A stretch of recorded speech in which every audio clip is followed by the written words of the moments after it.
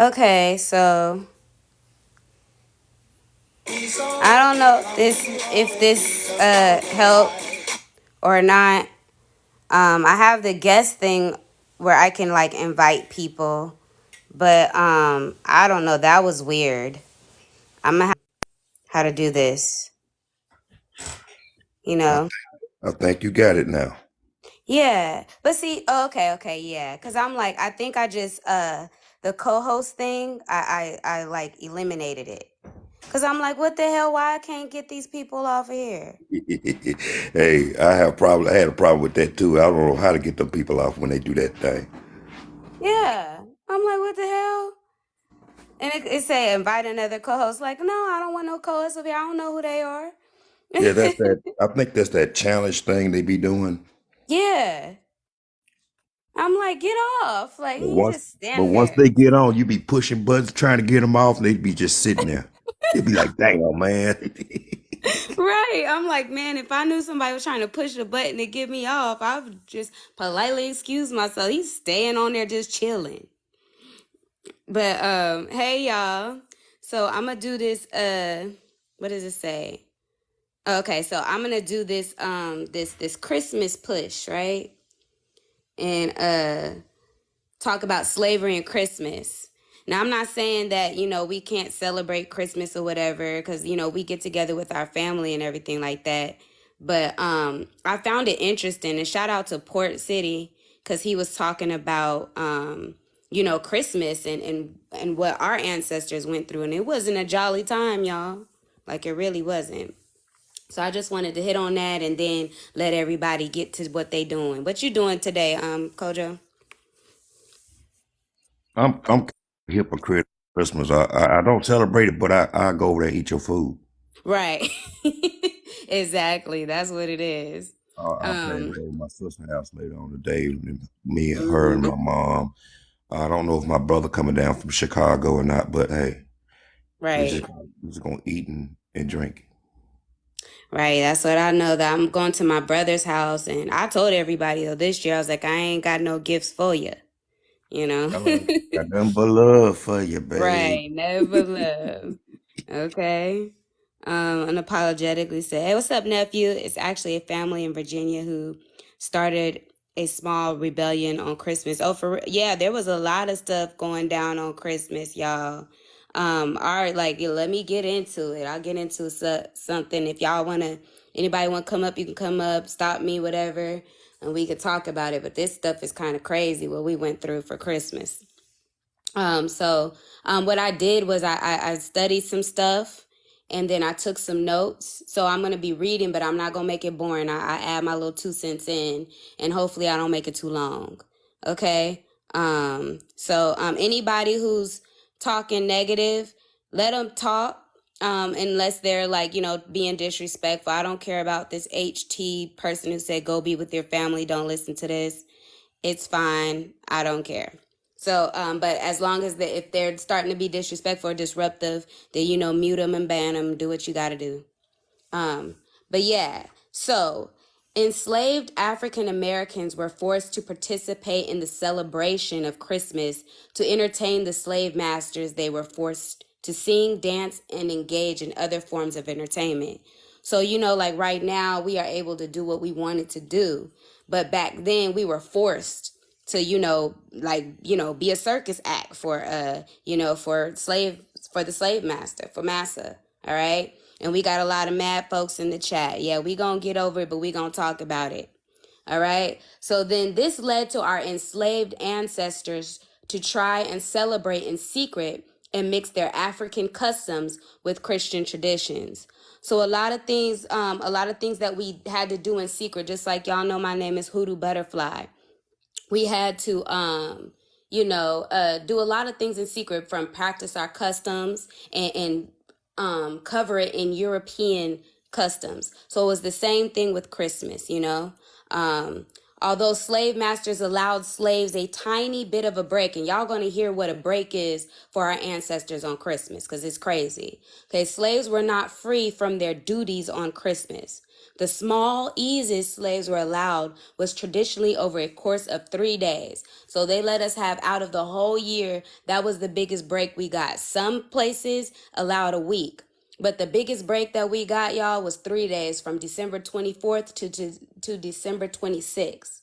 Okay? So these were their days of rest. On their so-called day of rest, they were still expected to feed the farm animals and tend to them. Ashes had to be collected from fireplaces and thrown away. Water had to be drawn from wells and brought indoors. Coal had to be shoveled. Coal pots had to be emptied. Firewood had to be stacked. Animals had to be butchered. Meals had to be served. Both their own and master's babies had to be tended to, while master had time to enjoy a complete day of rest. That's crazy. That don't sound like no break to me. And what they used to do too is our 4-year-old and 5-year-old babies, you know what they used to do? They used to sit back on the chair and use them as footrest for hours. So imagine a 4-year-old or 5-year-old on all fours having to sit there. All right? They mad this morning. They mad. I'm telling the truth about Christmas. That's why I put the Grinch up there. But our 4-year-olds had to sit there on all fours while Massa propped their feet up on them for hours, like a footrest. You know? So this is the stuff. They had a complete day of rest. We had to do all of that on Christmas. So obviously our enslaved ancestors were not being paid, right? However, in most parts of the South, they were allowed to earn some cash at Christmas. They were told that if they do extra work, they will earn wages. This was thought as a seasonal reward. So not only did they make us work for free, but then they tried to flip it around Christmas and say, well, we'll reward you for your work. This is not me paying you what you earn. This is a reward. Crazy.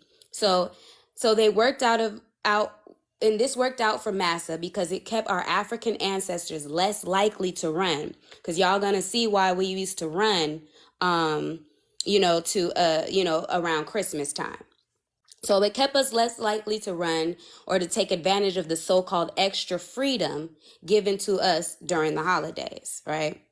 Okay, peace, what's up, culture?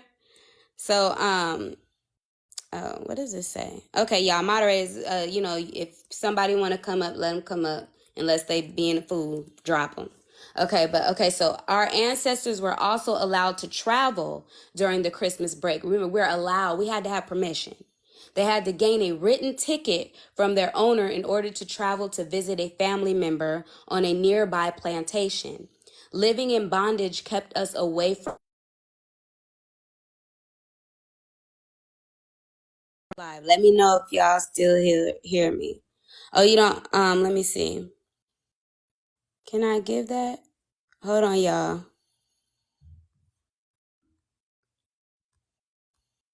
There you go, Blue. So we need help. Where was I at? Families breathing. Okay, so we needed a written ticket from our owner in order to travel to visit a family member on a nearby plantation. Living in bondage kept us away from our families, so a brief reunion was very much needed and helped to maintain family ties, whereas otherwise we were divided. So remember, we were split, right? We were split up from our families. We always have been. And I'm a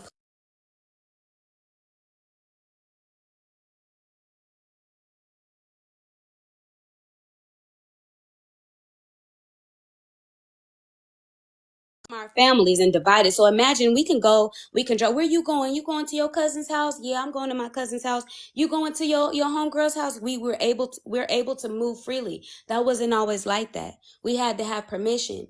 And believe you me, when we were walking through trying to go to this other plantation or however we're going to get there, we were getting stopped by YT people constantly. Where you going? You know, where you going to be? And we had to let them know. We had to show them papers. Otherwise, we were in trouble. It is important to note before the spread of Christianity among Africans in America, our Christmas festivities were about survival and coming together in the face of adversity. It wasn't about Jesus or Santa Claus. Okay, we weren't talking about Jesus's birthday. We weren't celebrating Santa Claus. We weren't doing any of that. We were just happy to be together. You know, we had to survive because a lot of stuff happened to us on Christmas that made us have to, get into survival mode. Okay, so to paint the picture of how horribly we were treated and how basic things were treated as luxuries or kindness from massa, picture this. Fresh meat was not allowed to us as part of our regular diet. Y'all know we were given scraps. But around Christmas, the plantation owners provided cattle and hogs to prepare for our own celebrations. So again, they looked at this as some type of privilege. Okay? A defense of slavery was provided by slave owner Richard Yeadon in 1843 in regards to Christmas traditions. I know you mad. I know you mad. All right. So he felt the system of slavery was positive and referred to the small leniency given to slaves as privileges. He goes on to say, we allow our adult slaves or laborers a peck of corn or a bushel of sweet potatoes, each per week, and each child under a certain age half the quantity, giving them salt and meat or salted fish occasionally. In addition to all this, each slave is allowed a portion of ground to till for his own use and profit, on which he cultivates vegetables, Indian corn, rice, potatoes, and peanuts, with the privilege also of raising poultry and selling them and their eggs for his own benefit. So we got the privilege of raising chickens, and this time we get to keep the eggs, right? Come on now. The game of the woods and the fish of the river or pond are theirs also. So now they own the pond, they own the woods, and around Christmas, we're allowed to go in there and fish. Imagine this, right? Imagine this. Yeah, this is something new I learned. Again, shout out to Port because I did a lot of research on here and it's interesting. Okay, so this slave owner went on to brag about how this is a time they allowed slaves to be peaceful and happy. Peaceful and happy. So that's what they thought we were at Christmas, okay? Despite what I'm going to tell y'all. So enslaved people were not happy at Christmas. They tried their best to smile. They tried to smile through the threats of corporal punishment and separation of their families. They tried to smile through their constant longing for freedom, while white slave masters enjoyed true happiness, true freedom, and true family times. Okay? So due to this injustice of suffering of slavery, some of our ancestors chose this time as an opportunity to flee because we had more freedom now, according to them. In the newspaper of the 18th and 19th century, for example, the South saw many notices and rewards. So there's some proof. A lot of people want to say that slavery never happened. There's proof out there that, just from the rewards alone, we've seen them. They're in the museums where they reward somebody about a slave that ran away. Right? And they start, putting out rewards. If you find this person, look what they're wearing and, who they belong to. These are all proofs that slavery happened. Okay. So the South saw many notices and rewards for the capture of enslaved men and women who ran away during Christmas. Some possible reasons were being denied the liberty to see a loved one. Imagine you denied the liberty to see your husband across the way or your children across the way or your parents across the way. Maybe some tragedy where a spouse was sold as a Christmas gift. We were the gifts, y'all. We were the Christmas gifts. That stuff didn't stop during Christmas. Or just simply wanting to get away and be free, right? Which is not so simple.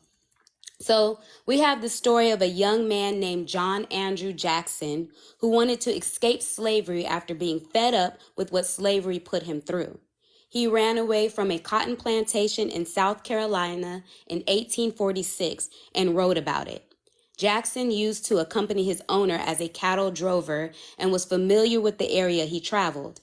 He kissed his parents goodbye on Christmas Eve and rode out on his pony.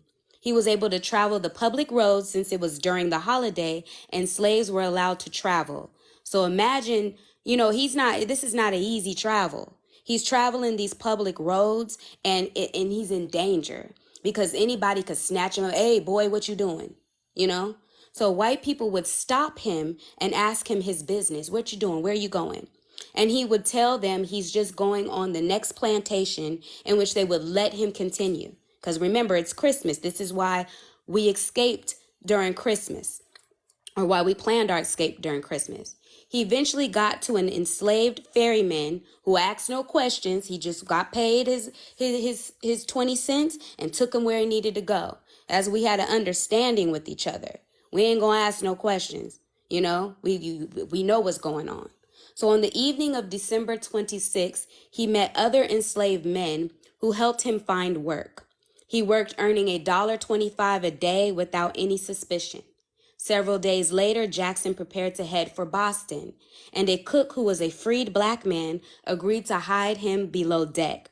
Jackson was successful in this escape, becoming a free man in Massachusetts a few days later. So without each other's help, which is why we always need to stick together. Without each other's help, we wouldn't have made it. Without those people, his people helping him get a job, without the cook hiding him, he wouldn't have made it. And think how he was just scared. I could get caught. The cook could have got caught. He was a freed black man. What do you think they would have done to him? All right. So there was a rebellion in 1739 called the Stono Rebellion, in which enslaved ancestors revolted against their slave masters. 25 colonists were unalived, and many more Africans perished in the process. It is suggested, it's still suggested to this day, that because of this revolt, which is the largest slave rebellion in the southern colonies, the white military tightened up with their security and forces by threatening and scaring African ancestors on and around Christmas due to fear of them running or rebelling. So they're blaming, a lot of YT people blame the revolt that happened in 1739. They were blaming that to say that that's why slaves were running away. It couldn't be that we were taken away from our families. It couldn't be that we were, strung up and tortured. It had to be because of the revolt that we were running. This is the delusion, right? So, for example, in 1765, no, we don't have to make Christmas racist. That's what it was. If you got a problem with history, then you need to take it up with the folks that made Christmas racist. It wasn't us. All right. So, for example, in 1765, in mid-December, the wife of slave owner, and here's an example, Isaac Huger, nosy ass, told her snitching husband that she overheard two Negroes making plans to do in massive numbers of white people on Christmas Eve. So they was gonna get them, right? That's what she overheard. Her scary snitch of a husband then informed the lieutenant and governor, resulting in extreme mobilization of the white military to patrol, control, and harass our enslaved ancestors day and night. So day and night around Christmas, we were harassed. All right. So who's making it racist? Us? I don't think so. Several of our ancestors were questioned and were threatened with gibbeting, hanging, and burning until unalive. These are the things that we were threatened with, questioned with, wasn't even doing nothing. But because they were so paranoid of a revolt, okay, this is what they did. This torture went on for 14 days before Christmas and 14 days after, resulting in the Lieutenant Will Bull reporting to the British government in a funky-ass letter stating, the vigorous execution of our military and patrol laws for 14 days before and after Christmas Day prevented the festivity and assembling of Negroes usual at that time and disconcerted their schemes. So basically he was bragging about, our military is so good, we got rid of any schemes. Okay? So, they were bragging about harassing us during Christmas. Needless to say, the whole thing was a false alarm. So the lady lied, and we've seen that. What happened with Emmett Till?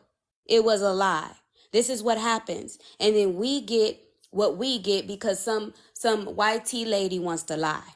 All right? So, needless to say, the whole thing was a false alarm, and slave owners admitted all the uproar was unnecessary. That didn't stop slave owners from banishing an enslaved brother who was not being banished because he was guilty, but because he lived his life as a sad dog. That's what they said. They said, this man lived his life as a sad dog. He's going to go down for all of this. So the master in reality, they did this to save face because they knew they were doing nothing but harassing us from a false alarm. So somebody had to go down. On Christmas and around it, and I'm almost done, y'all. On Christmas and around it, the city guard patrolled the streets day and night, making Christmas a time of joy, fear, and sadness for the enslaved Africans. This persisted until the end of slavery in 1865, but it didn't stop there. Right? Because after slavery, our African ancestors continued to face unequal treatment during Christmas, let alone throughout the year.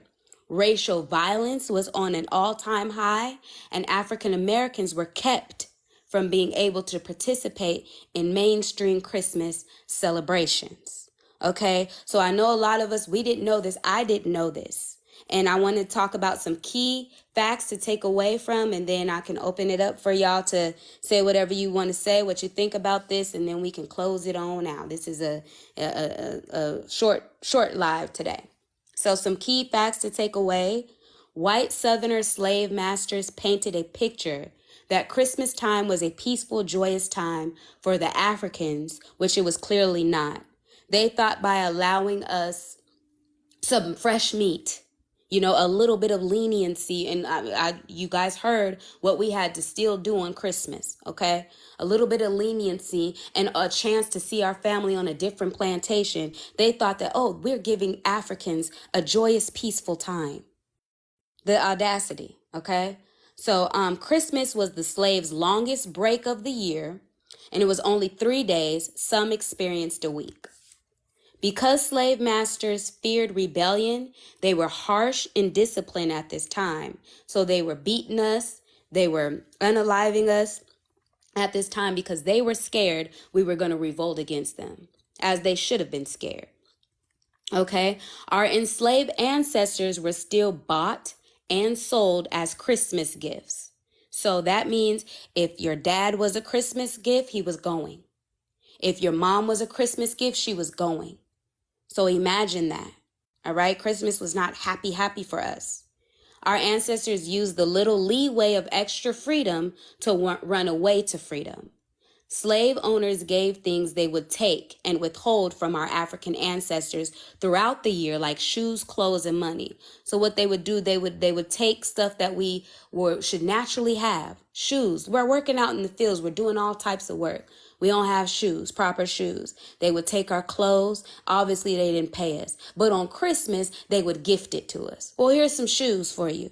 Here's some clothes for you. Let me give you a little bit of money so you can do a little bit extra work. All right?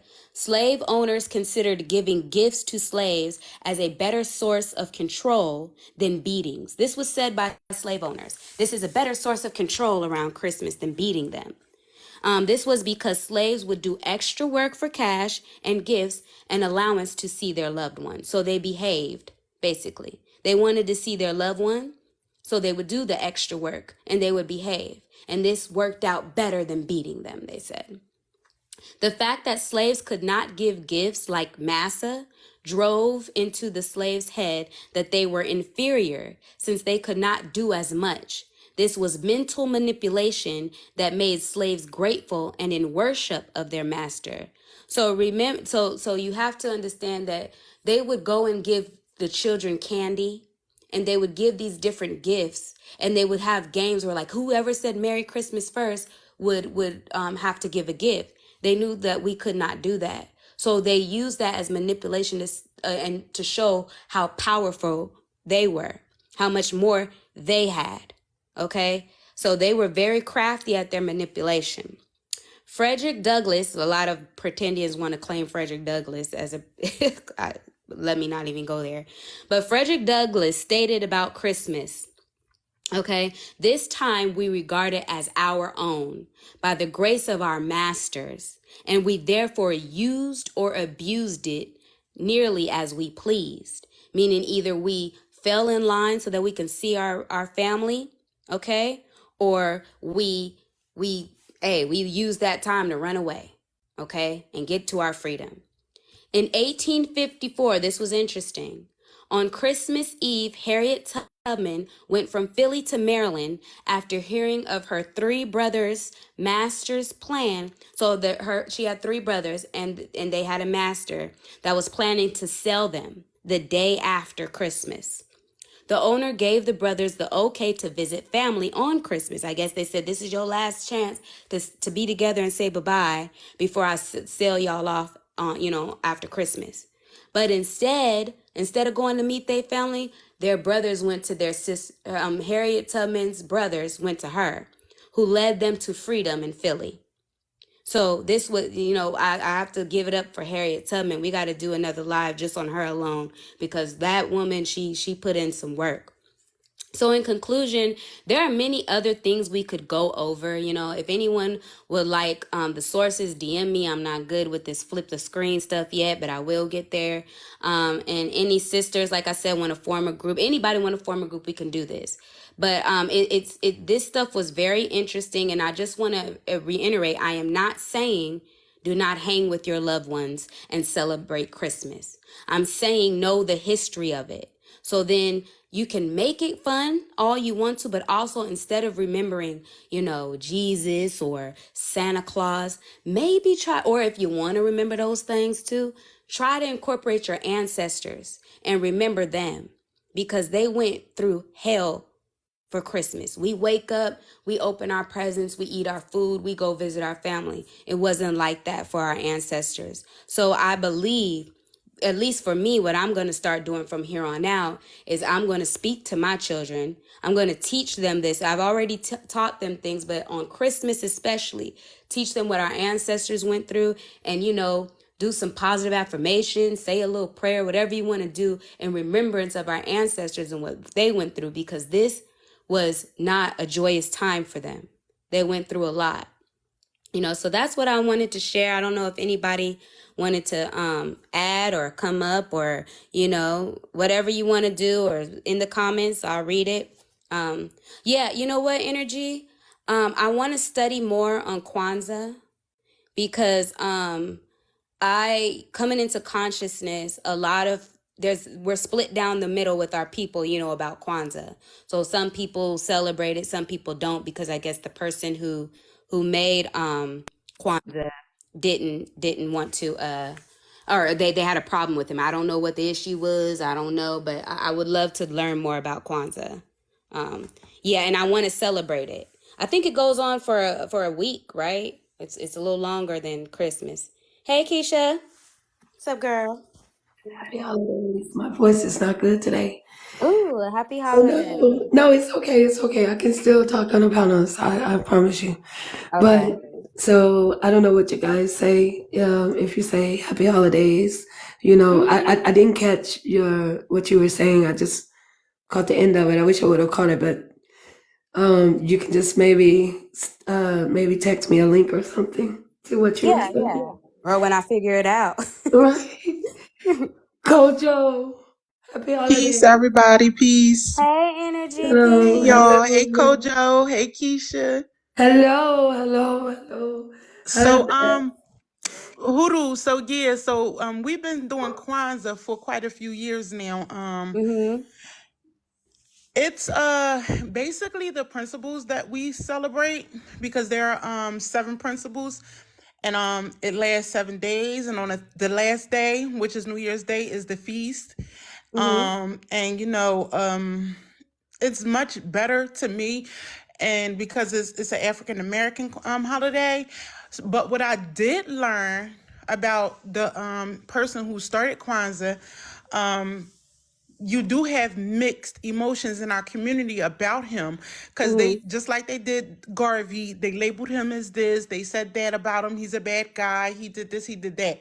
But when I dug into the history of it, it looks like basically to me there were just, because it's two women who were once part of his organization or close to his organization, and it seems as they tried to set him up and said that some horrific things were done to them because Mm-hmm. he thought that they were trying to betray him.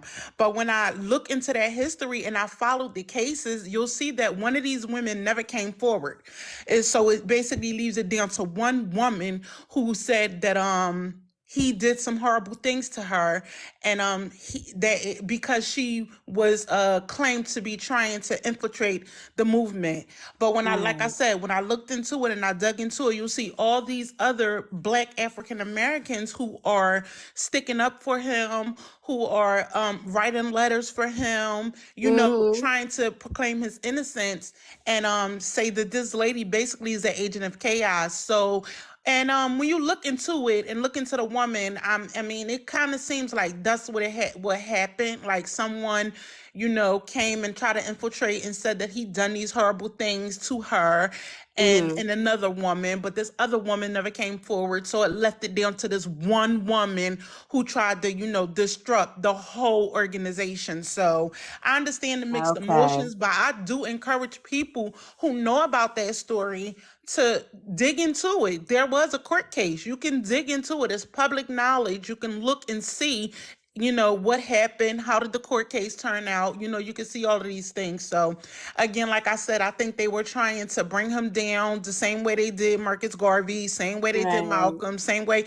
It looks like, he was a Black leader he was a leader in the Black community that they wanted to bring down. So they made up some lies, against him to try to bring him down. So, I would encourage anybody who Okay. wants to celebrate. I'm not going to say just go ahead. I'm going to say do your research first, because that's what I had to do. I did my research first to see who he was. And then even if you don't like the messenger, try to take hold of the message, because there are seven Mm-hmm. principles, to Kwanzaa, to try to take hold to those principles and teach your children those principles. And I think there's nothing wrong with those seven principles. Like, if we teach Mm-hmm. our children alone just that, then it's good for the community.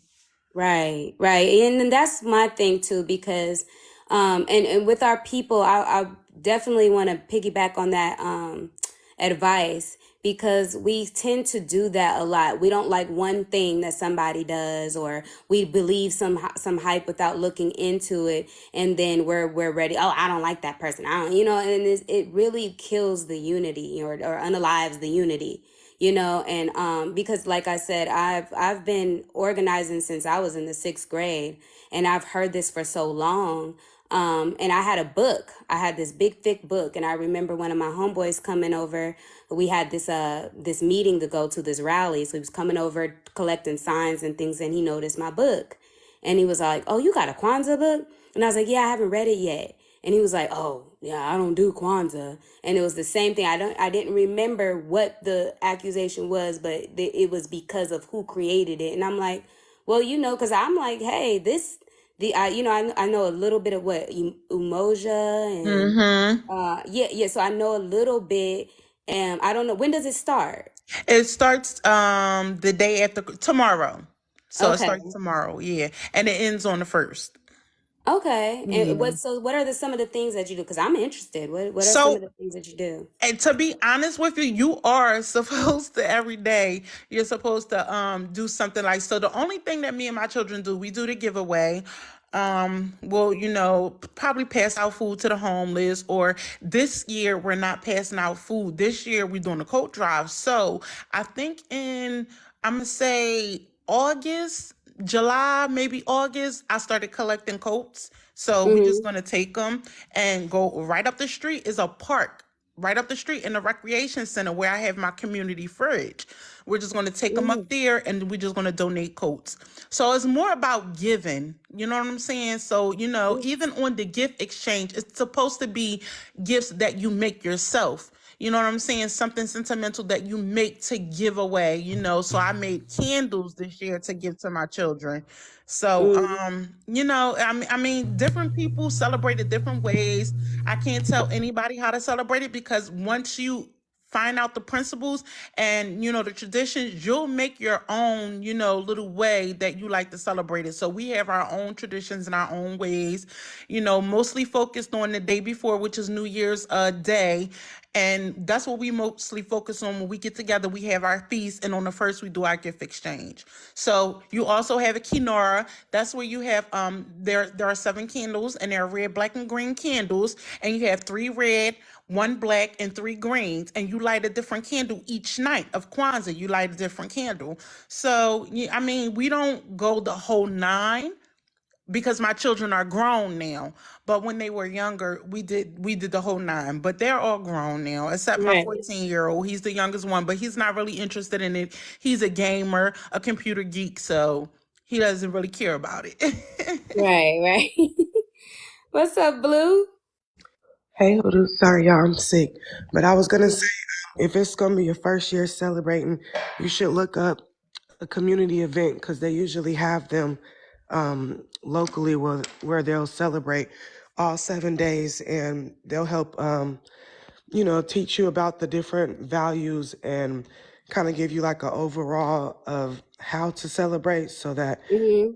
from there, you know what to do once you get home and want to do it yourself. But I've lived in California, Texas, Florida, and now Georgia, and I've taken my kids to one of the community events in each state, and they're all basically the same, but you get to meet a lot of other African and and Pan-African people, and Mm-hmm. it's like a really good sense of community. The kids get to learn values, and on the day for the gift exchange, we usually support a Black-owned business to try to, teach Black economics and how to keep the dollar in our community. Ooh, And that's those are good. those are the gifts that we end up exchanging for each other. Yeah, man, that's a gift, right? Gift that's gonna keep on giving, because we definitely need that. I think it was Tamara in the Caribbean, Christmas Day was different on the plantation. It was a day of revolt. Yeah, Christmas. Our ancestors went through it, right? Like Christmas wasn't just sit around the Christmas tree. We were the gifts, like I said in the presentation. We were the gifts. So imagine your child even being a gift, or your significant other. They gotta go. That's crazy. So, real quick, if it's okay, Hoodoo, I would like to read off the 7 principles. So, you have Umoja, and I think Umoja is unity, and it's like to strive, and to maintain unity in your family, community, your nation, and your race. You have Kuji Changalia, that's self-determination. You have Ujama, that's collective work and responsibility. You have Ujama, that's cooperative economics. Nia, you have, which is purpose. You have Kumba. Kumba is creativity, and you have Imani, and Imani means faith. And that's also my third daughter's middle name. Her middle name is Imani. So those are the 7 principles, guys, of the Kwanzaa. But those are the 7 principles if you are interested and wanted to, celebrate them. And every day you celebrate, whichever one you like. And, or you don't have to celebrate all of them, like I said, but as long as you know those principles, what they stand for, and you know what they mean, it's a beautiful thing. Like you can't go wrong with the 7 principles, Right. And that's Swahili, right? Yes, ma'am. Okay, got that, girl. Yeah, but I have they used to call my mom. My mom had a nickname, and it was Imani. So I know Imani is faith. I know a little bit about it. Like I said, I have the book and everything, but I was always, through, being in the conscious community, it was always split down the middle. But I'm with y'all on it's like, we can find stuff to criticize about anybody. But what I saw the meaning of it, and, I was down with it. I thought it was, it was cool. They nations and they, reverence and celebrate our ancestors. I feel like it has a lot of good qualities as far as, celebrating our culture and, just giving us pride in something of our own. So like for them to try to pick apart the person has absolutely nothing to do with the holiday because we're not celebrating the person, nor do we even like really bring him up in the celebration outside of that he made the celebration. But like whatever he got going on in his personal life, I don't feel like, that should take away from all the good qualities of this holiday. Right. Y'all see the colonizers mad today though. It's funny to me. One love, family. One love. A wonderful presentation, Hoodoo. And I think this is about the first time I ever actually spoke to you personally. Right? Uh, it has been I thought about some of the things that you were reading, and I was reminded of, you remember that movie Color Purple, where I think she was, what was her name, Seeley? Or was it Yeah. the one that was playing See? Oprah? Oh no, that was Miss Sophia. Sophia. She had gotten up in age, and she was Mm-hmm. working on Christmas, and they promised her Mm-hmm. to go see her children, and she went to go see her children. She wasn't able to sit there but just a little bit, and she had to go back. Yep. Yep. And Yep, because the lady, the lady that she was working for was the one that I guess they went and head butted her, or they butted her with a they hit Miss Sophia then with they, with yeah, that gun club. because she was yelling, "Leave me alone." And so then she ended up having to work for that lady, and that lady was like, she couldn't drive. And she was like, Yeah. "Oh, you know what, Miss Sophia? You can go home for Christmas and you can stay all day." So she took her home, and then she couldn't get the car out of reverse. And the brothers that were around, which was Sophia's family, was trying to help the Hmm. lady, the white lady, and was like, she was like, they're trying to attack me. They trying to attack me. They tried to explain, we're not trying to attack you. We're trying to help Hmm. you. And she ended up having to go back home. Yeah, and I think that was an attempt to save those men at the same time. And also, I'm reminded here in the South, when you get pulled over by the police, they always have a bad habit of asking you, "Where are you going?" Mm-hmm. Mm-hmm. And that kind of I like know it's bad in the South. put some things in perspective when they asked you where you were going when you was back in those days. You had to have papers or Mm-hmm. permission or some kind of permission slip like a hall monitor or something. Right. Grown men, they already can't see their family. And, you imagine just traveling, and they don't have to go buy them papers. If they don't want to honor the written paper that you got, they don't have to do that. So, imagine you grown trying to go see your woman, or you trying to go see your children, and they sit up there and, "Where you going? Let me see You your know, papers." and also a missing fact was when he left the house, like going to fetch or trying to get something. Many times they had got kidnapped and ended up on a penal farm in another state, and they just think Mm-hmm. that the man just ran away. Yep. Yeah, even free people, a lot of people don't know, just because you were free or considered free didn't mean that you were out of trouble, because they don't have to honor anything. They could do whatever they wanted to us. So, even free people would get kidnapped and thrown right back into being enslaved. So that person that I talked about, Andrew, what was his, Andrew Jackson? Um he was it Andrew Jackson? I don't want to get his name wrong. Let me look at my Oh, little well, notes. while you're looking that up, there's another thing that brought me back to mind. When you get that Christmas ham on your job, Mm-hmm.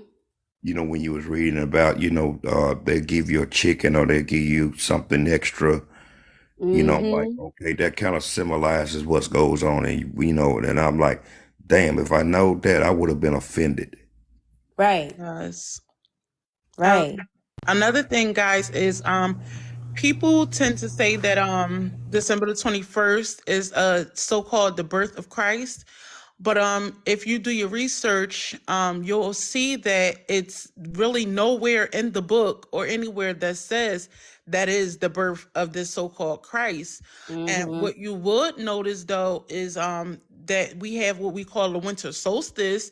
And on that winter solstice, I guess, that's kind of where the story comes from of it being Christ's birthday. But it Right. really has nothing to do with Christ. It's a pagan holiday, and it really has a lot to do with the winter solstice. So that's another thing. Yep. Backward, I'm trying to let you up. There you go. Yeah, that's another thing. It wasn't, that's what I'm saying. When we were celebrating Christmas, you know, our ancestors weren't celebrating Jesus' birthday. They weren't celebrating Santa Claus. They weren't celebrating nothing. We were just happy to be surviving or happy to see our loved one that was snatched away from us. You know, that's what puts things in perspective. Right. What's Hey, poppin', y'all? Backwater. Hey, Rob. What's up, Rob? Yeah, I just How's it, my sliding sister? through to the show everyone some love, and I see Huda was up, so I wanted to show some love and wish everyone a happy holidays, Merry Christmas if you celebrate it. People don't celebrate it. Right.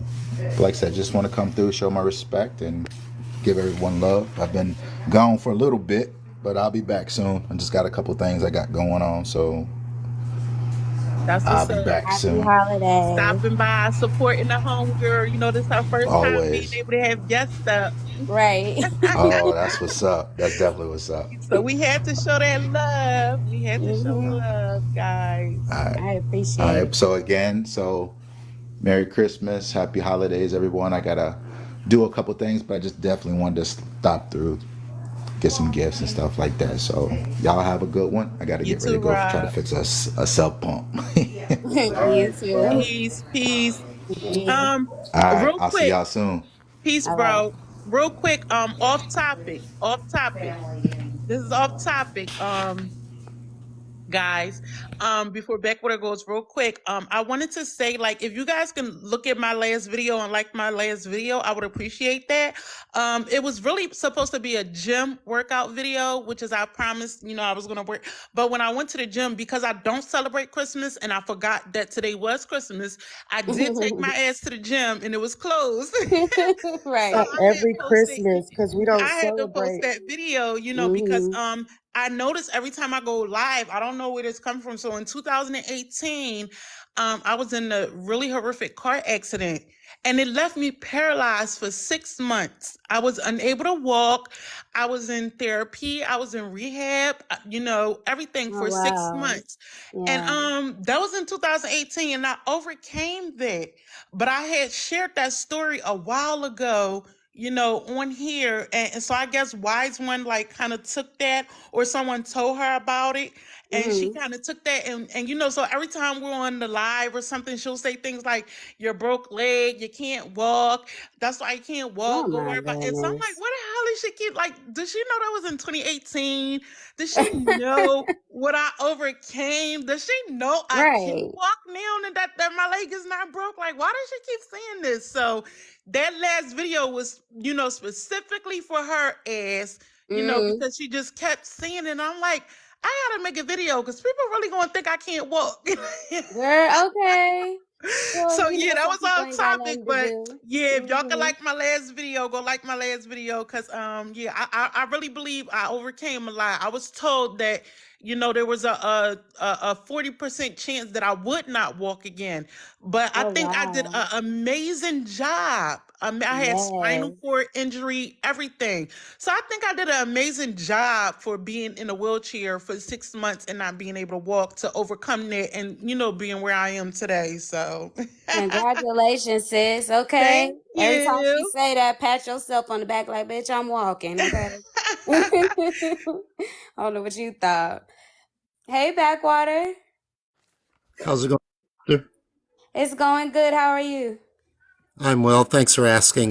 Thanks for taking time out to put this on, and hello to everyone else on the panel. Greetings to you all, as well as those in the chats. Thank you, Hoodoo, for taking time out to put this on.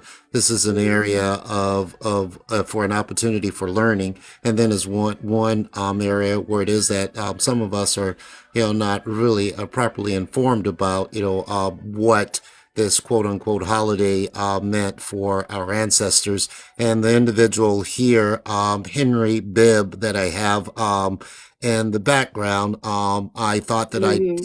extend on the learning. If you've gone over it, prior to my joining, then I'll stand down. But if you've not mentioned him in the context of he's one of the many slaves that took advantage of the quote unquote Christmas holiday to escape, and he then wrote his and I'm going to slide down right here and show this is his narrative, and it's a compelling read for anyone that's interested in coming to understand him. It's the narrative of the life and adventures of Henry Bibb, an American slave, and it was written by himself. And there's an introduction. And if I could, if you would indulge me to just really share just two paragraphs from his opening that would speak to exactly the subject matter here, if that's okay with you. Oh yeah, go ahead. Yes. Okay, this is the narrative of the life of Henry Bibb, and chapter 1, where he says that I was born May 1815 of a slave mother in Shelby County, Kentucky, and was claimed as the property of David White Esquire, meaning that David White was a lawyer. He came into possession of my mother long before I was born. I was brought up in the counties of Shelby, Henry, Oldham, and Trimble, or more correctly speaking, in the above counties. I may safely say I was flogged up, for where I should have received moral, mental, and religious instruction, I received stripes without number, the object of which was to degrade and keep me in subordination. I can truly say that I drank deeply of the bitter cup of suffering and woe. I have been dragged down, and I'm going to end here in just a brief moment. I've been dragged down to the lowest depths of human degradation and wretchedness by slaveholders. My mother was known by the name of Mildred Jackson. She is the mother of 7 slaves only, all being sons, of whom I am the eldest. She was also so fortunate or unfortunate as to have some of what is called the slaveholding blood flowing in her veins, meaning that she was a mulatto and had been raped by her slave master, or raped, guess I should say here on this slide. I know not how much, but not enough to prevent her children, though fathered by slaveholders, from being bought and sold in the slave markets of the South. It is almost impossible for slaves to give a correct account of their male percentage.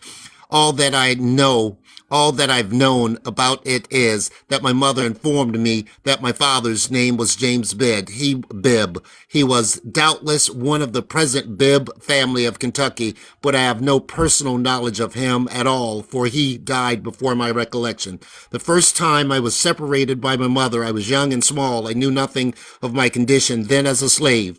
I was living with Mr. White, whose wife died and left him a widower with one little girl who was said to be the legitimate owner of my mother and all her children. This girl also my playmate when we were children. And this is the final paragraph here, if you'd indulge me. I was taken away by my mother and hired out to labor for various persons 8 or 10 years in succession, and all of my wages were expended for the education of Harriet White, my playmate. I'll rest my case there, and I appreciate you indulging me. And I brought this up very simply because Henry Bibb and his passion for emancipation and for freedom and liberty, continued to escape until such time that he was successful at doing so. But, this speaks of what it is that this day represented, more so than giving recognition to a fictitious, in my opinion, to a fictitious character from a book that does not portray who it is that we really are. Right. Right. And how do you spell his name? because I want to look him up too. That's Bibb. good information. And there's a Bibb County in Kentucky, Bibb County in Georgia. Bibb was a Confederate sympathizer, as well as a number. That family represented a number of other leadership positions during slavery, as well as during the Confederacy. Right. And see, this is what I'm saying. Like exactly what you're saying. We got to remember these people. This should be what we teach our children. Hey, around Christmas time, in my opinion. We don't have to make Christmas boring. It don't have to be boring, but these people need to be remembered. This is Absolutely, absolutely. would love to, instead of Santa Claus. I came from Islam. So I never gave my children the Santa Claus thing, but I just let my parents kind of do their thing because they used to complain about not being able to do what they wanted to do with the children. So I let them give gifts and things, but I always like to put meaning. That's why I was attracted to the Kwanzaa. I like to put meaning behind what I'm doing, and I like them to think about things. So that will be a story that I share with them. Yeah, definitely. Oh, excellent. Here you can download the book as an electronic file if you want. Here again is the name of the book, as I mentioned. If you're wanting firsthand account of a slave that found his liberty through a passion for that liberty, etc. This is one of the reads that I'd recommend to anyone that is so disposed. Okay, I'm writing that down or typing it in now, because they also try to say that slavery never happened, and we have accounts like this that say otherwise. Yeah. For those that are making that argument, then shame on them. I've made the Right. commitment that I'm going to here at the beginning of the year kind of move away from even recognizing those heads and continue to teach with respect to the aspects of slavery, how it's impacted the South in particular, and with some with some focus on the Atlantic slave trade and South Carolina, Georgia, Sea Islands, etc. So yeah, for those guys that are out there that are doing that to further their own narrative and attempting to destroy two cultures, at some point they're going to realize that they've ran their lineage into a wall, which it is Hmm. that's going to end up affecting their children's proper development as well as ability to succeed in life,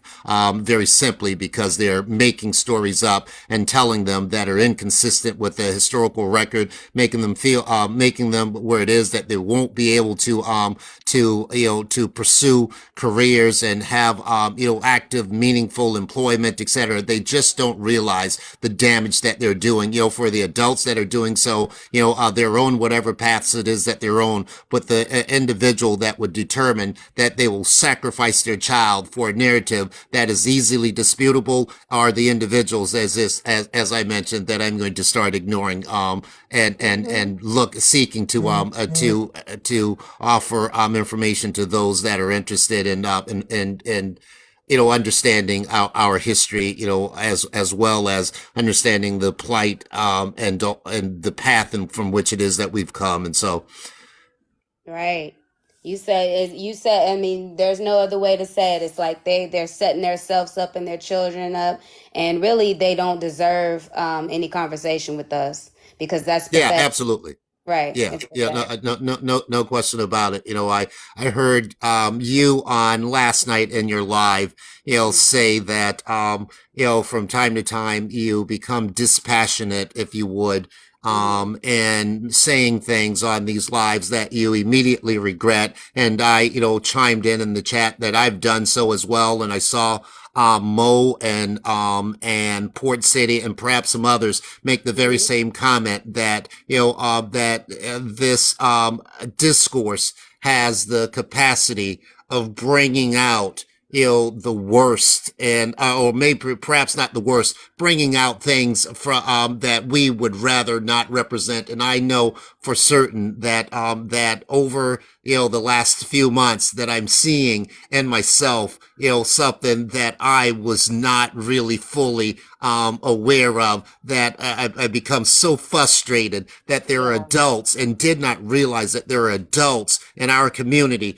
that were so naive and that were so reckless in their behavior that they would seem to try to destroy our culture, destroy their children, very simply for because of their own inability to look in the mirror and love the person that they are and represent where it is that they've come from and stand on the shoulders of the giants of such individuals as Henry Bibb that determined that Mm-hmm. regardless that he would seek his liberty and so did gain it. And these individuals are sitting back crying and blaming Native Americans and denying the transatlantic slave trade. It is the epitome of what should be shameful behavior, and that's how it is that I perceive it. Right. Right. Exactly right. And they'll, So they won't prosper. with that. Absolutely. So at any rate, thanks. I wanted to kind of stay consistent with your theme, talking about Christmas, Mhm. and to share that there are many slaves that took advantage, not just Henry Bibb, but many slaves that took advantage of the Christmas holiday to get the hell out from under the slave masters. And Henry Bibb wrote of his experience as well, amongst many others, etc. And I thought that I'd share it in the spirit of this particular live. And I thank you so dearly, and my heart goes out to you, Sister Hoodoo Butterfly. Thank you. Thank you so much. I appreciate you. Appreciate the lesson always. Absolutely, thank you, and enjoy your day. Enjoy yours as well. If you wouldn't mind, Blackwater, I just wanted to. I normally, whenever I'm in any live and you come in, I always feel so honored to even be in your presence, and I just want to shower you with that honor. I honor you as an elder. I am Yes. not. I'm not American. I'm Caribbean, but when he speaks on the Gullah um, traditions and Gullah heritage, as a Caribbean person and as a Bajan, especially with so many of the Gullah origins stemming from Barbados, I feel so honored to even know and be in the same space as Backwater. So to him, I shower him with that honor as an elder. Yes, indeed. I agree. Thank you so very much. The 246. I mumbled by your comments. I am privileged at the very least to have the opportunity to be in the presence of individuals such as yourself, such as Hoodoo, and the others that participate on the lives and in the movement, etc. And I cannot say how much it is that your comments has affected me. And thank you so very deeply, my sister. Thank you so very much. It's my honor. And so I'm really I want to say that this is my first panel, having the live panel, and I appreciate y'all. It encourages me because I wasn't, I get nervous, y'all. I'm the most boldest, shyest person ever. So, I don't let my shyness get in the way of my boldness. I don't know how that works, but it works. So, I was like, you know what? Ain't nobody gonna show up. It's Christmas. Don't nobody want to hear me talk. But I'm glad that you guys did show up. I worked, like I said, I like to look up stuff. I'm a nerd, at heart. So I research things. I put it into, I put my notes down, and then I like to present and share what I've learned. So I worked on that and stayed up late, fell asleep on it. But I learned a lot, and then like learning from y'all, it's just really, it's a breath of fresh air from all of this crazy pseudo stuff that's been going on and all of this argument. I'm like, man, I don't want all of that. I want us to actually, build and learn. And y'all see the colonizers is mad in the chat. They mad. Oh, why don't y'all enjoy Christmas and blah blah blah. No, that we want to learn some history too. If I can go have fun with my family, I can take time out to learn about what my ancestors have been through. And this is a big thing because this means they didn't go through that stuff in vain. A lot of people want to deny their ancestors, want to deny what our ancestors been through. So you mean that child that had to stay on all fours and serve as a headrest, a footrest at 4 or 5 years old, they did that in vain? We should forget about that and we should let you erase that? Absolutely not. So, once I learned about, slavery and Christmas and what our ancestors went through, because I did not know this, yeah, I'm definitely from here on out. I want to do the Kwanzaa thing. I do want to try that. And I want to teach my children more than just, oh, we opening presents. I was gonna say your live stream is great. I think you're doing great. I like the vibe in here where it's just information and that we don't really need, the drama for content in here. Like I like Right. the structure that you come on with your points, that you're actually reading off history to us and you're making it easy for us to learn new things. And I just think you should keep up the good work. I'm proud of you. Thank you, sister, and thank you for being here. Thank y'all for who are doing the modding too, because earlier I don't know who was in here, but we had a somebody was, I guess it's a game you can do. I turned that little thing off. So it's like the co-host kept, like, people kept hopping up there and they would not hop down. I'm like, I'm trying to talk about some history. Y'all over here playing games. So I'm still learning these things. And you know how when Backwater wanted to put up his information, I just learned how to put that thing on the screen. So once I learn how to put my stuff up there, I'll put more evidence. And I want to say this about evidence. Backwater, thank you for showing us how it's done, and other people that put up that evidence on the screen, because I definitely have things saved, where I'd like to put up evidence, because a lot of people don't. And so I appreciate those who do and know how to, because I feel like we need a class on that. Okay, what is a credible source? How do you put up credible evidence? What is not credible? All of that stuff. So I definitely want to talk about that in the near future as well. And what up, Smack? He said be right back, but what up, Smack? I can help you with that, Hoodoo. Like I said, I'm Okay. not American, so I wouldn't know where to go in the US for what Mm-hmm. is known as primary sources. But Backwater and anybody else who likes history, I like history. So Mm-hmm. I'm 246 is the area code of Barbados. So I'm the Okay. 246 historian. Primary sources are always a good source. And Yeah. even though primary sources are newspapers, there are documents that have been laid in Parliament. I guess you would call it Congress. So your Library of Congress would be a primary source, because only original documents are laid there and established. What has been enacted into Parliament is also a primary source. Mm-hmm. Speeches that have been authenticated are a good primary source as well. Indeed. Journals that have been done by credible persons, not pseudoscience. Even pseudoscience is a primary source, because then you can always disprove it, right? Right.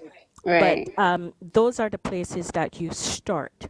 Secondary sources are even oral tradition.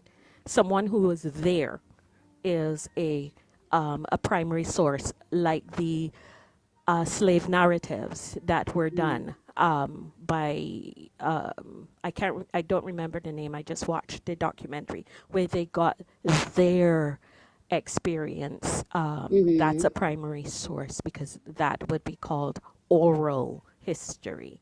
So those are Indeed. great places to look. Not every book is a primary source, however, Right. unless it is a book that it is a teaching book.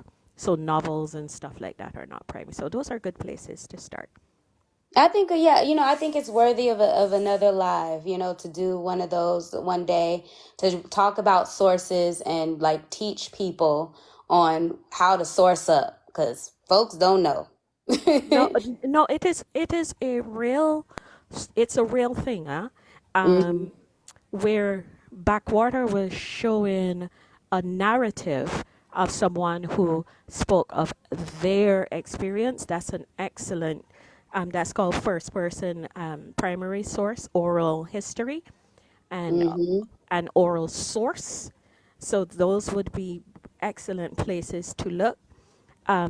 Published journals, people who do their dissertations, for instance, are really Hmm. good sources, because they have to research in order to write a dissertation. So someone who sits down and says, well, because somebody looks like somebody, that means that that's not a good source. That's Right. Right. pseudoscience, and that's making shit up to fit a narrative. Right.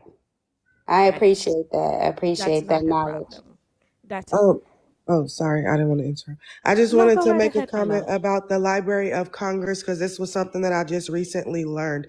So everything in the Library of Congress is not always like fact checked. It's actually just an archive for, America, and anybody can submit documents there. I just learned that in May because we went on a trip to DC and me and my daughter went to the Library of Congress, and Hmm. the tour guide told us like anything can be submitted, here to be saved in the archive. So I was like, if I was to make a book right now and submit it, or, just any of my family's history, I can submit it. And they were like, yeah. So Mm. I'm sure that they have a lot of good information, but I would say just take it with a grain of salt, because some stuff can just be things that, anybody off the street could have submitted just to keep it documented, in history. Facts. Facts. Yep. And as well, I'm sorry, and as well, 246, as well as Blue, you make excellent points with respect to the Library of Congress. An ISBN, which is an International Standard Book Number, ISBN, you'll see them. They are as well QR coded. Sometimes you'll see inside of the um, inside of the cover of a book, etc. But you're precisely right. The Library of Congress stores information. If you would, you must do research to confirm the credibility of the sources that you are finding. I think that 246 mentioned, that dissertations and theses are good sources, and she's absolutely right. And why that is because there's been a panel or a team of individuals that have done what's called a peer review, a review of that data, to confirm the sources, to confirm the citations that you find in the body, of that particular data, et cetera. And then looking for secondary sources, which where it is that you will find that the primary source has been quoted inside of a secondary source, to make it a secondary source, if you would, et cetera, is another way to confirm the credibility of data. But the Library of Congress will have even such things as your Dan Hackaway's data in there at some point, et cetera. And we all know, the legitimacy of that work, et cetera. And so, just make certain that we don't fall for the very first source that we find to support our position. If we're looking really to do scholarly work, that's where it is that we begin. We then make certain that we're looking with an objective eye, and not looking to confirm what it is that we believe, but we're looking to understand that concept broadly, with open eyes and an objective view of it, et cetera. And that will take you on just wonderful rides through history, if you would, that brings a smile to my face, because you can start out researching a particular subject and find yourself, some world away, learning something about many things that you did not initially start out at as well. And so, with that in mind, Huda, if I can be any assistance, I'd be more than happy to help in that project as well. Thank you. Yeah, Printed newspapers are I also an definitely want to excellent do source, this to Hudo. where. hmm Sorry, I think that's I what had a I crossover, think so that I this didn't is. mean to yell. Oh no, it's okay. But I definitely I want was to do a live about this and do like something to where we're making a list and helping people out with this source up thing, because I think I really hear the panels where people are like, that's not a source, or that's not true, or it's white tea people, or they don't have sources themselves. And I think that we got to go back to school on that, and I can even use, like I said, what you guys are saying. I can use some learning on that. I'm a student. I always say I'm a student. So I can definitely learn how to source up better. I would love to learn that. Love to learn how to really source up and tell the difference between I mean, we know the basics, but I mean really get into it and tell the difference between a credible source and a not so credible source, and just how to be able to do that. It will help us with all this misinformation out here. Help us not be printed bamboozled. Exactly. printed Oh, newspapers are an excellent source, Hoodoo. I don't know Mm. how many printed newspapers still exist in your area, but any place that started off as a printed newspaper would have archived their information. So the library probably might have them microfiched or scanned and kept. So I know people make up newspapers and claim that they are printed, like the one that was circulating talking about billionaires bought the U.S. for millions. That was from The Onion, and it was satire, but because it was constructed to look like a printed newspaper, people assumed. Printed Mm-hmm. newspapers that you can physically hold are an excellent primary source because once it's been put in print, it can't be removed because you have it in your hand. So if you can get hold of um, printed newspapers, I for sure go on to the British archived newspapers. A lot of my country's newspapers, going back as far as 1638, are online, and I go there and I read some of them. I have to pray a lot before I go in because some of the stuff really hurts my heart.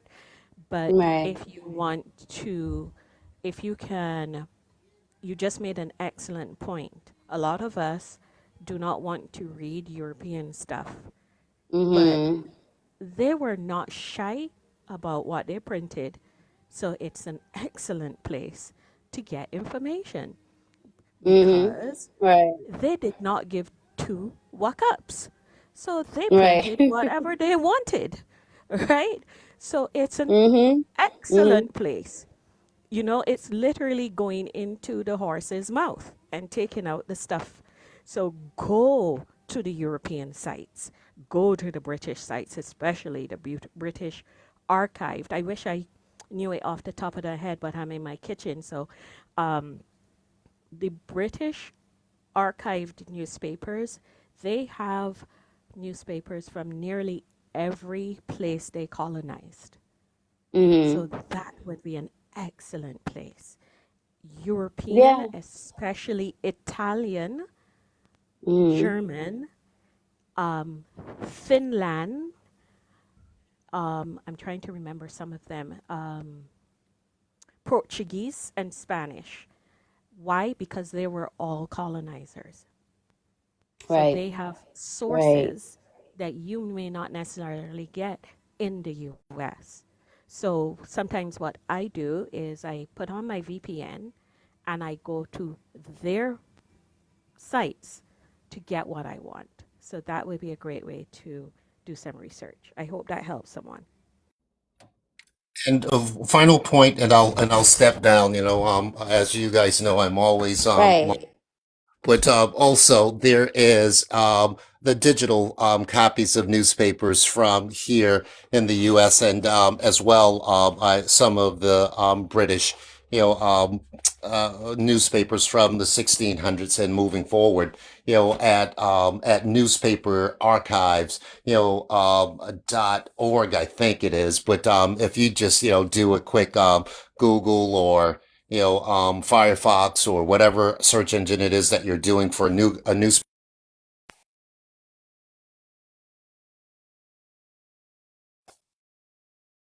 old newspapers that have been digitized, etc. And it's a source that I use frequently just to kind of understand what was, if you would, the overall spirit of a particular town or a particular community, or perhaps even the country during a particular time, because it's reflected in the writings of the writers in newspapers, etc. And so they can become exceptional sources, as a 246 says, as the 246 says, and just kind of understanding exactly what people were thinking, and as well what was occurring, so on and so forth. That it's equally an exceptional source for African American history, because here again, in the U.S. in particular, and I'm sure offshore in the Caribbean, and South America, Europe, and beyond, as 246 further said, those guys were brutally honest, in their writings and what it is that they were doing, and they would write it in newspapers, etc.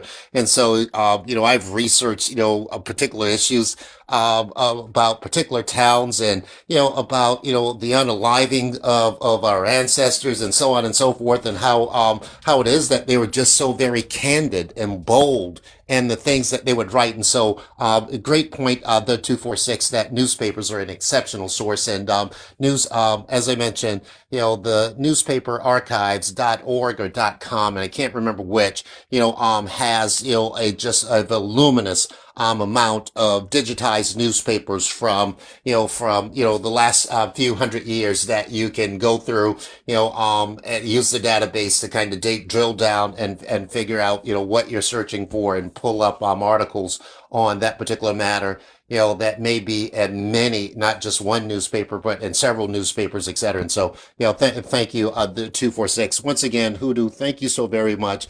I am with some family, and I'm going to go and,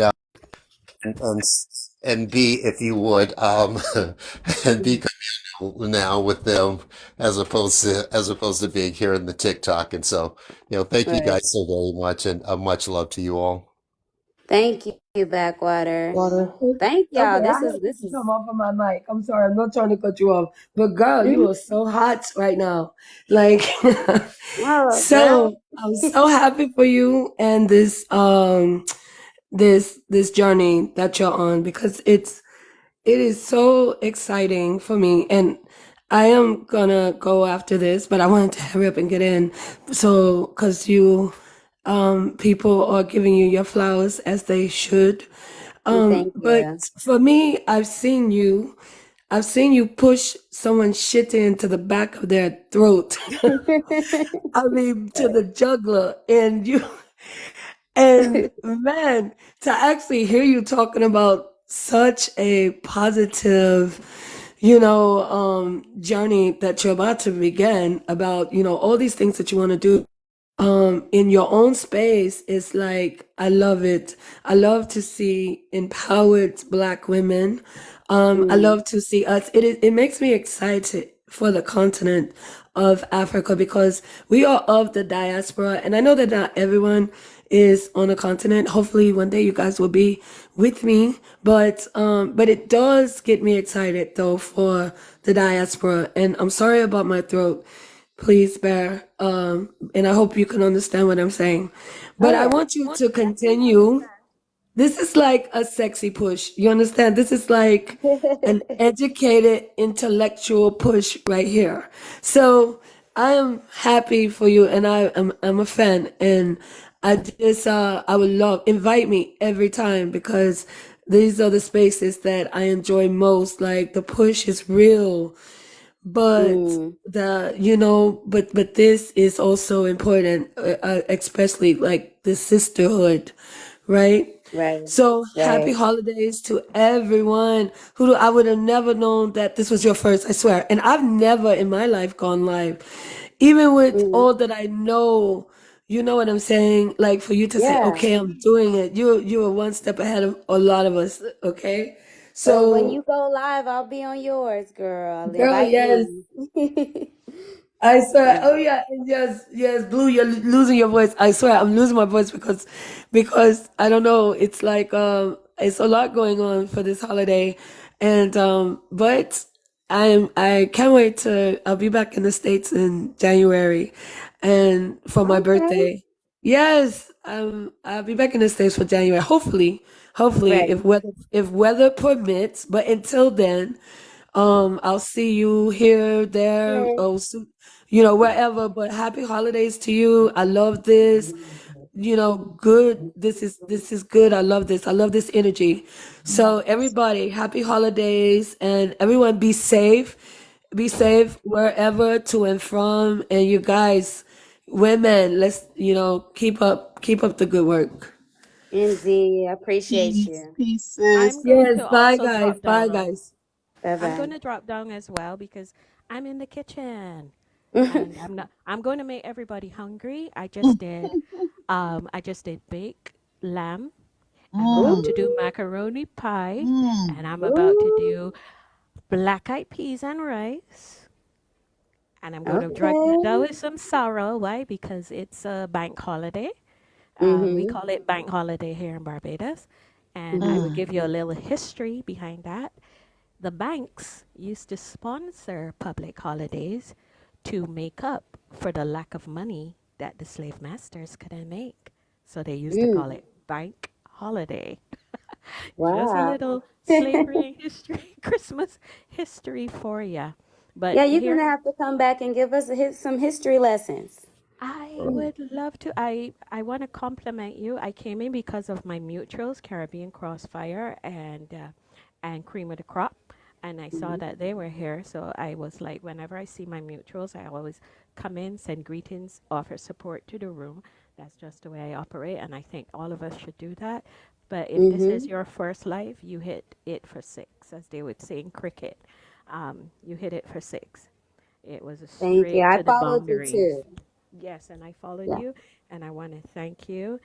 Caribbean Crossfire, always love to you, Cream of the Crop. You were one of my first friends here Yes. on TikTok, and she's never stopped being supportive, and I want to give you your flowers right now Yes. and here. And to the rest, Inner, Blue Band, thank you for letting me be here.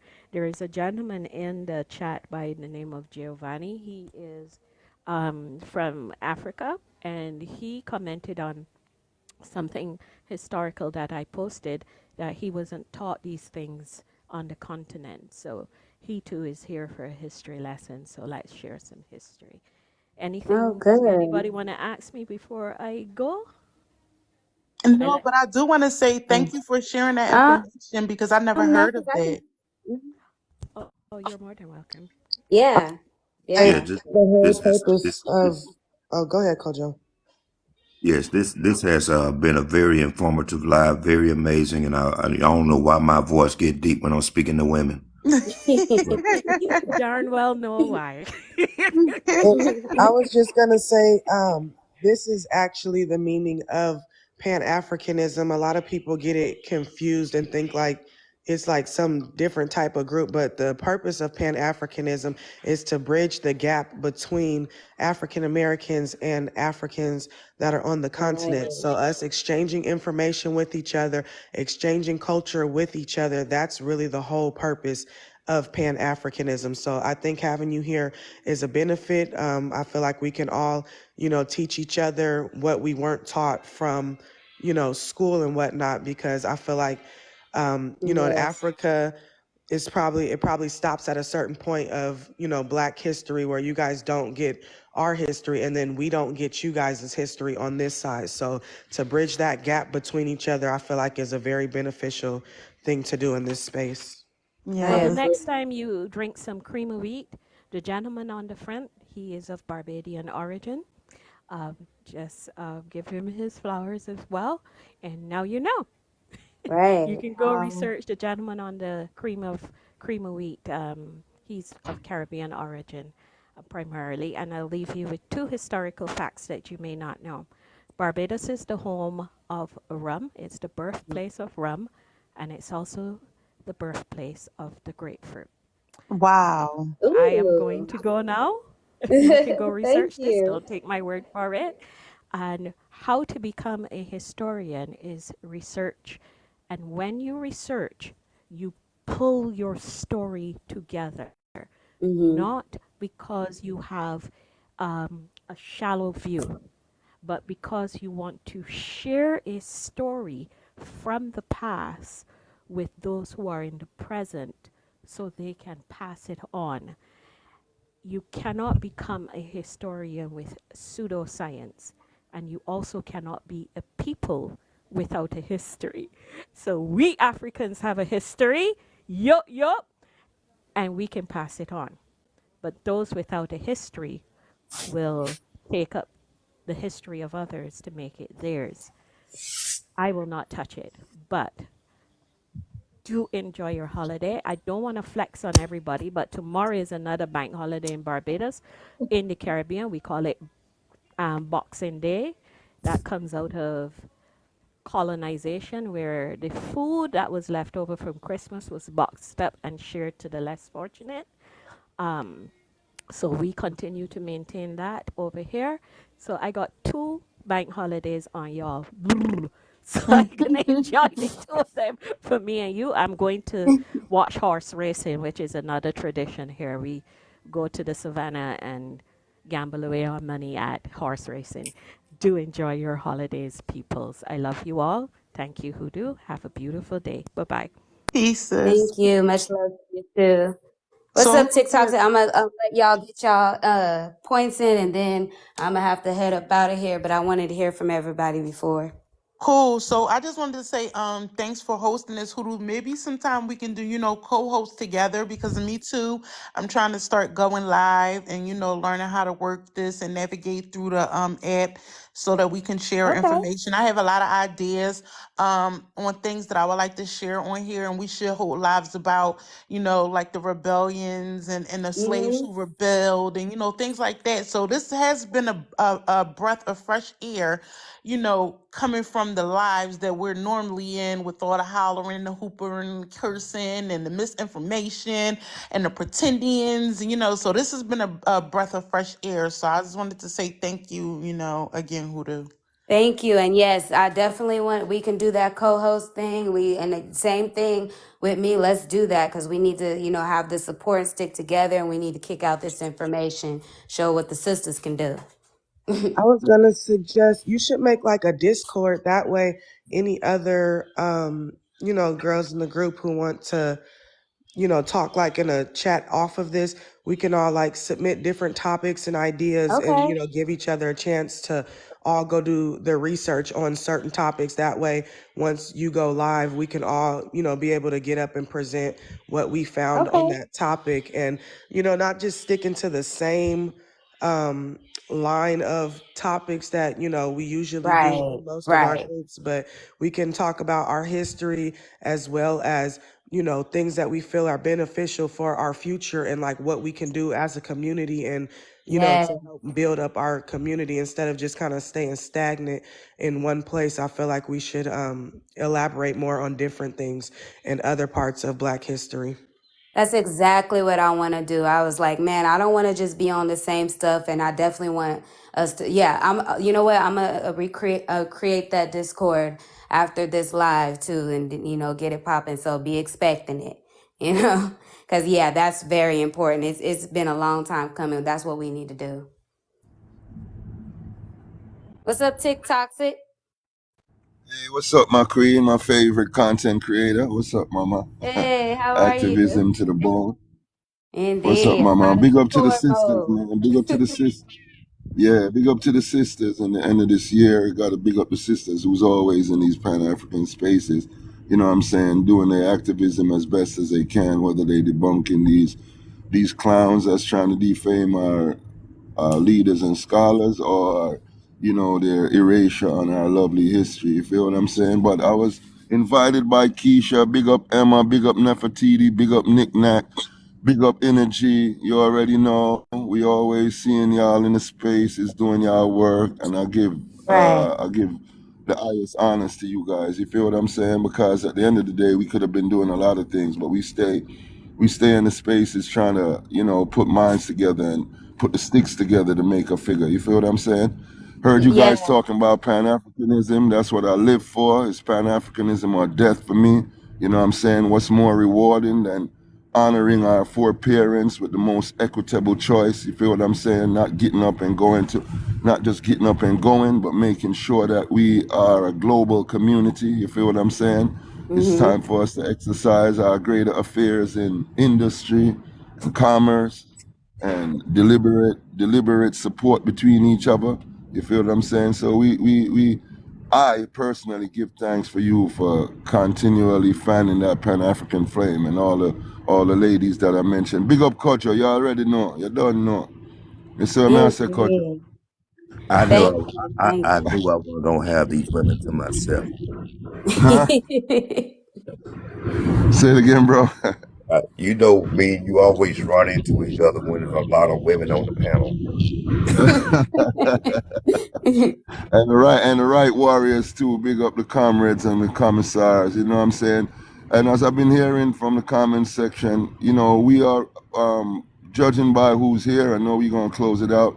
I'm steady honoring you guys. We know we stand on the shoulders of giants.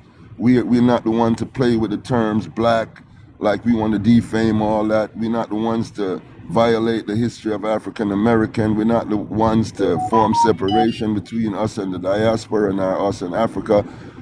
we are the ones who find it compelling to make sure that the unity is made. You feel what I'm saying? And express the Right. higher levels of our Pan-African scope, our global scope. I'm gonna wrap it up by saying we owe our ancestor the most equitable choice of expanding into a global community and perform better as a people in terms of support and deliberate collaboration and cooperation. And I just say, man, I love you guys, man. It's closing out the end of the year. Let's make sure 2024 we do as you're saying, you know what I'm saying, build on the lovely history we got.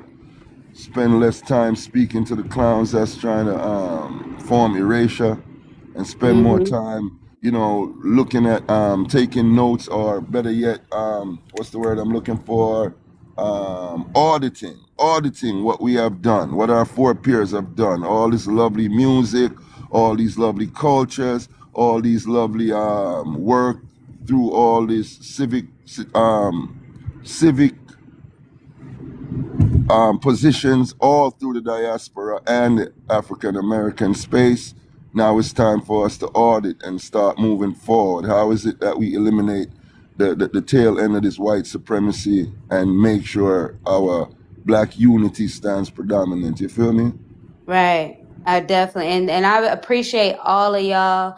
I appreciate y'all supporting us sisters. We definitely need it, and and it's reciprocated to all the sisters and the brothers. I love the unity. This is what it's about. If you want to be on the Discord, you know, sisters, DM me. And yeah, brothers, thank you for supporting us. Continue with that.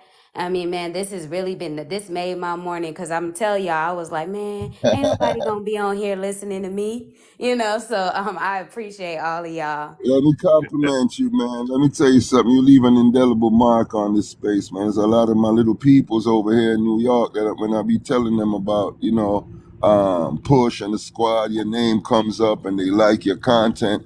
You know what I'm saying? Both men and women. Much So love. believe it or not, bro, you make, I mean, sis, you're Nah, making, it's my style of please talk. You call me feel me? bro. Yeah, that's my style of talk. But Right.